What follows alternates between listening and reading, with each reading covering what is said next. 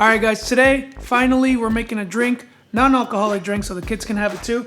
And it's gonna be Chicha Morada, which is a purple drink that's made in Peru. It's very summery, it's very refreshing, you serve it nice and cold. And then my personal touch is gonna be this Thai mango, which will give it a nice tropical flavor. Go find you some of this, you can order it online. And then the fruits, just make sure they're organic though, because these fruits sometimes they put waxes and pesticides on it and they'll make your drink bitter. And let's do this. Alright, we're gonna start with 2 Granny Smith apples and you're just gonna cut these in half. Keep the core on, keep the skin on.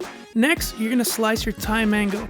We're gonna keep the pit and the pulp as well. It's all gonna go in the pot later. So for the pineapple, when you want to check for ripeness, make sure it's somewhat soft to the touch. It has some yellow undertones and you can pull out one of the leaves pretty easily. To prep the pineapple, go ahead and slice the top off and then the bottom so you have a solid base to cut off the peel with a knife. Now, when you're cutting it, it's okay to have some of the pineapple on it. It will flavor the chicha even more.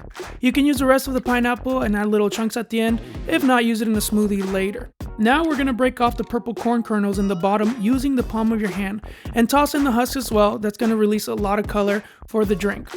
The purple corn has a very unique flavor and it's almost nutty and it brings out the sweetness of the fruits. Now we can add the pineapple, the Thai mango, and the apples to the pot. And for the aromatics, we're going to add 1 large cinnamon stick and 6 cloves. This gives the drink a distinct aroma and adds yet another layer of flavor. Now we're going to add 10 cups of water or until you cover the ingredients completely. Make sure it's a 7-quart pot or larger. We're going to boil this for 15 minutes to start. And then once it's boiling, we're going to turn it down to low heat and simmer it for another 40 minutes. When the boiling is done, you'll see that the chicha has a deep purple color to it. That's exactly what we're looking for. Once that's done, we can start removing all the solids from the pot. Then you're going to run it through a fine mesh sieve to remove all the smaller chunks. Now we're going to add 1 cup of sugar because you gotta sweeten your shit. Mix it until it's completely dissolved, which will be pretty easy because the chicha is still a little bit warm.